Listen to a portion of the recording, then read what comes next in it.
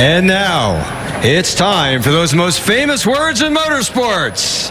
Here to give the command, please welcome our Grand Marshal, owner of Murray's Garage, Mike Murray. On behalf of General Tire, drivers, start your engines.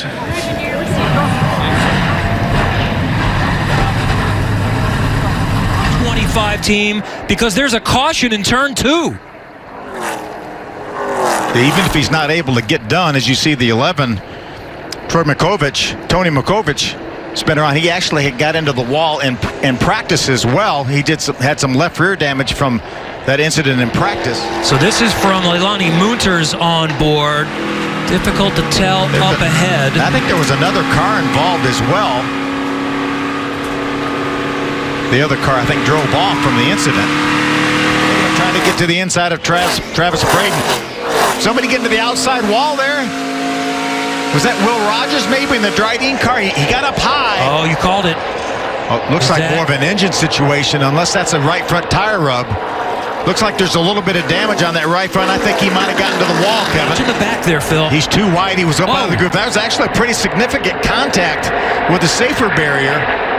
You can see the smoke from the right front tire rub. And he's not coming in yet. This is a replay again on board. Will Rogers.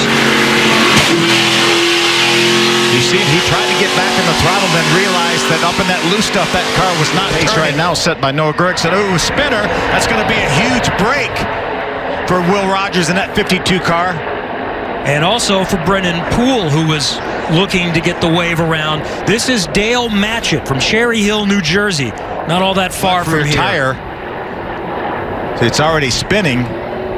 I think that left rear tire went down, and that's what caused his spin. But that's, as you mentioned, that's going to be a huge break for Brennan Poole. He will get the free pass, as well as give Will Rogers an opportunity to get to pit row. Oh, and there's a bunch of off. Smoke on the past the third turn on the main stretch. Yeah, it'll had a spinner off turn 3. The last lap or 2. Let's see if we can take a look at what happened. This is Riley Herbst on board. You see, he got loose well before Riley got there. Riley may not even have made contact. He was spinning before Riley got there. You have to go to the back from what you're hearing, Phil. Yeah, that's going to be a huge bad break here. Now, this is the 71 that missed his pit box. That's LB Skaggs' first ever. It's probably his first ever live pit stop. Yeah. Missed his pit run. It really cost this 32 of Gus Dean. Look how much time it cost him. Now he's going to send him back to the racetrack and have to come back in. The car running in the 4th position. Look at Gus Dean, just lose it. Just got loose over there in turn number 1. Really has a nice car. Was running well in front of Christian Eckes, in front of Brennan Poole, up into the top 5, probably top 3. Pretty fortunate he didn't make any more contact than he did. He's trying to make the move on Eckes.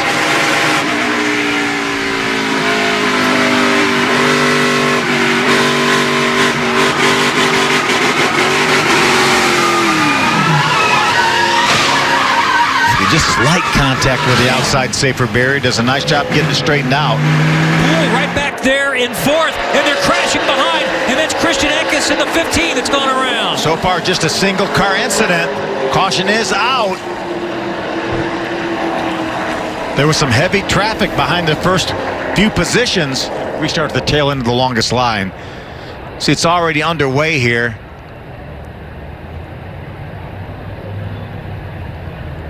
And I don't think anybody got him. Didn't appear to be any contact. Or at least got him after he turned. Let's see if we see the reason. Looks like he was on the inside. They were side by side, I think, through the tunnel turn. He was on the inside. That's Will Rogers Dryden on board right And here's Brennan Poole up to 2nd, and a big crash back behind. Leilani Munter is one of them in the Vegan Strong number 20. Makrovich in the 11 is involved. See Leilani trying to refire her car, the veganstrong.com Toyota for Venturinis. That's a car sideways. It's Merkovich sideways. Leilani with nowhere to go up against the outside wall. Merkovich forced her into the outside wall. Then she got hit in the back by the 34 of Jesse Iwuji.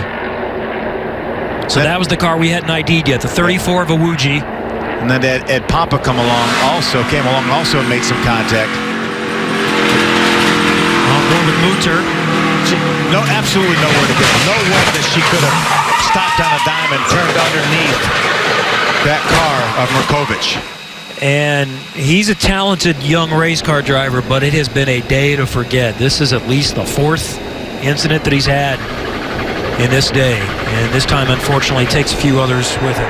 We've seen him be really good on some restarts. So trouble. Will Rogers is around. Caution is out. Number 7. We can see you can see Will Rogers is going to get run into by the 78 of Max Tolman. Yep. Will does a nice job. I'm not sure he's going to make much contact. You see him sideways. The 78 of Tolman has already run into him. Almost saves it, just loses it on the second little swoop. See how these guys avoid him here. Nice job by the 8. Chase Purdy to get around him on the inside. Just barely. Christian Eckes, the 15 on the outside. Gregson was up ahead. He squeezed by. It's at least his second near miss. You see him way up the racetrack because he knew the 78 was crowding him. He gave him as much room as he could. He hung in most of the way, worked his way to the front, and when he got there, nobody could catch him. 17-year-old Harrison Burton has won his super speedway debut in ARCA. Burton dominates the finishing stretch and wins at Pocono. Last week, again, they were like contrarians. Oh, he's going around. Stenhouse goes for a spin. Man, I didn't see that coming. That's not what we were going to talk about. Got down and hit the like apron. My lateral entry center exit was worse with the rear. Yeah, you mentioned it, Big rules. Daryl. He definitely got the left side tires on that apron, and I believe that's what caused that car to come around. You're right, Jeff. It upset the car and then it spun. You know, guys, I talked to Brian Patty earlier this week, and he said the thing we have finally got Ricky to buy into, wherever the car will run, that's the finish we need to take from it. He said, you go back to last year, there's no way we would have made the playoffs had we have not won. He said, our goal for the rest of this regular season is finish higher than we are in the points. Race fans, it's time for those most famous words in motorsports. Here to give the command, please welcome our Grand Marshal, General Manager of JP Mascaro & Sons, Brian Rosar. Drivers, start your engines!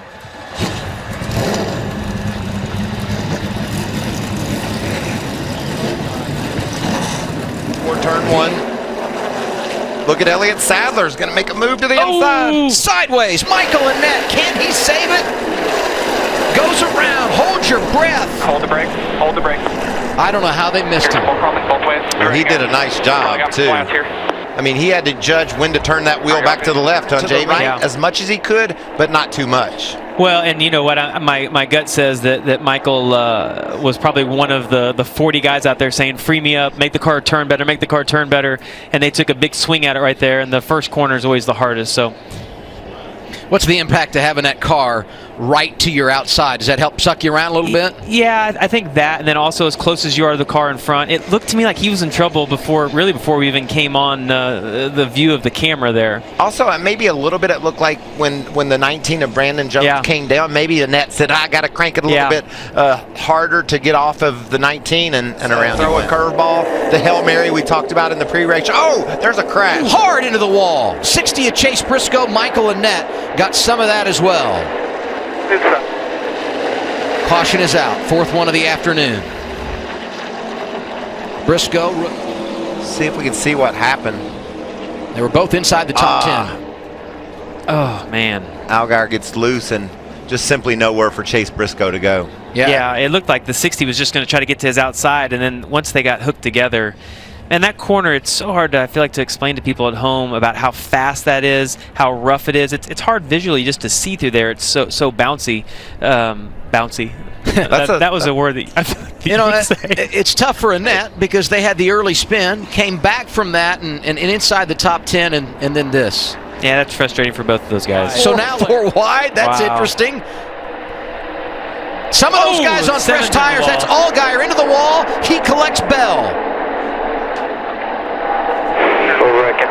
Man. I mean, you just had to know that was coming. They were stacked so tightly together. And the bump drafting, the pushing, it just gets more aggressive as you get to the end. 2 weeks in a row for Allgaier. Is that Sadler? Yeah, that's the team car like pushing Allgaier. There you see it right there. Let's follow it through. But it actually looks like the 7. Did he slide up in front of Dylan Lupton? Yeah, that was Lupton in that black 28 that somehow was able to stay off of Allgaier, get through unscathed. Look at Alex LeBay, the Canadian, slipping by on the bottom. Again, I can't believe on a restart you don't collect more cars, and that was a hard impact for Bell as he went to the outside wall.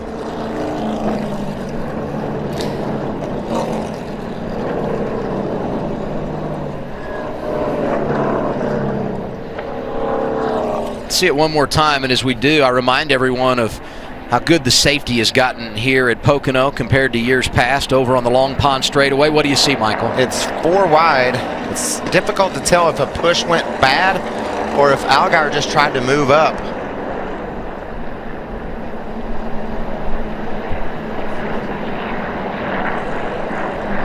Yeah, man, it looks like he almost moved up. Elliott's really good at being aggressive but not like going over the line, I feel like. And it just almost looks like the 7 moved up a little bit right there. How much do you think these guys did talk about bumping and how to race and help one another in this situation? Because it's not something we normally see here. We should be able to tell here. Oh, maybe just a combination. Kind of both. Yeah. I'm with you. It's so hard. Maybe it just drove the 7 to the right just a little bit, and he clipped Dylan Lupton. Yep. Here's what they're saying in Elliott Sadler's camp. I was trying to push the 7, and then he and the 28 got together and it turned to 7. I don't know if I pushed him incorrectly or he was trying to move up and get clear. For Kyle Busch, it's career win number 92 in the Xfinity Series. First time he's done it here in the Poconos. Checkered flag in the air. Once again, it's driver 18 who wins it.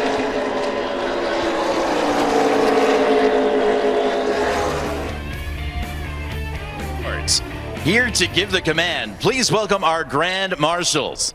Deputy Commandant Aviation, United States Marine Corps, Lieutenant General Stephen Rudder. Commanding General, Army Corps of Engineers, Lieutenant General Todd Semonite. Deputy Commander, Air Force Material Command, Major General Warren Berry. And Adjutant General, Pennsylvania National Guard, Major General Anthony Gorelli. Drivers, start your engines!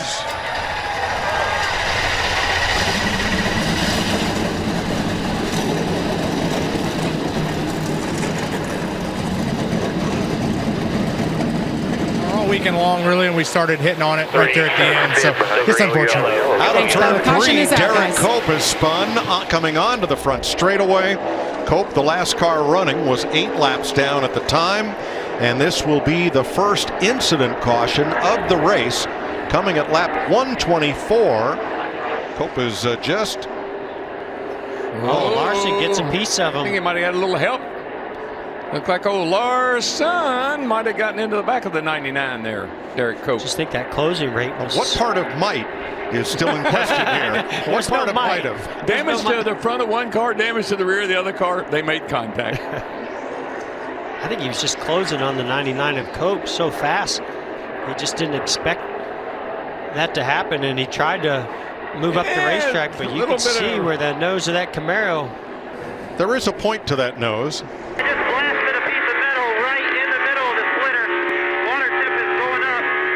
Oh boy. Heard his water temp's going up. That's I don't know. Can't tell what that is. It looks like a piece of aluminum. Pretty big, pretty significant, whatever it is. Bam! You see that right there? They're kicking it around.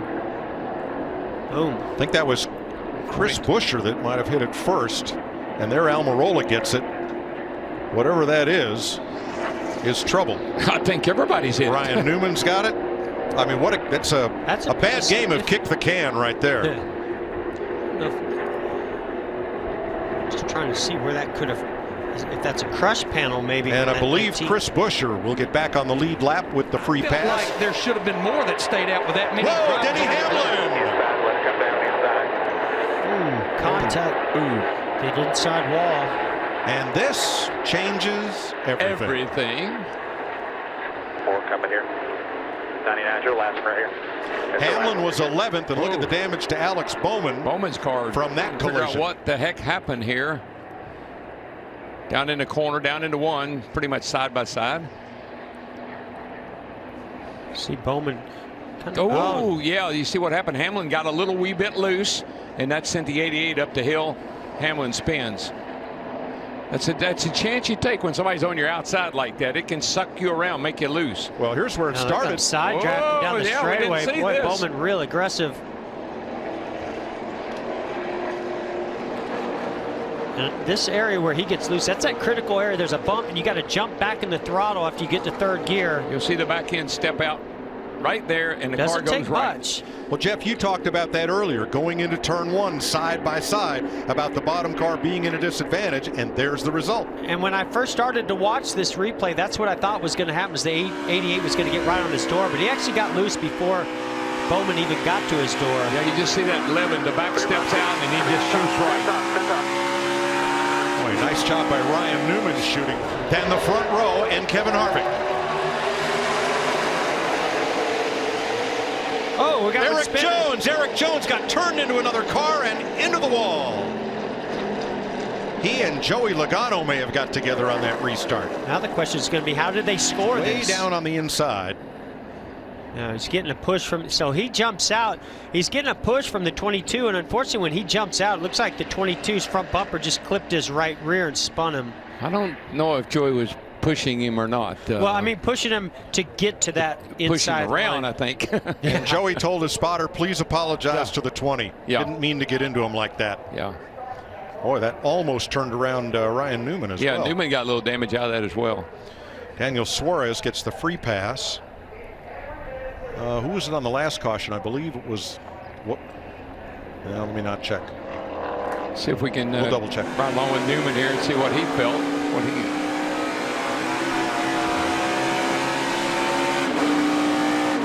Defending series champ Martin Truex Jr. wins the Pocono 400.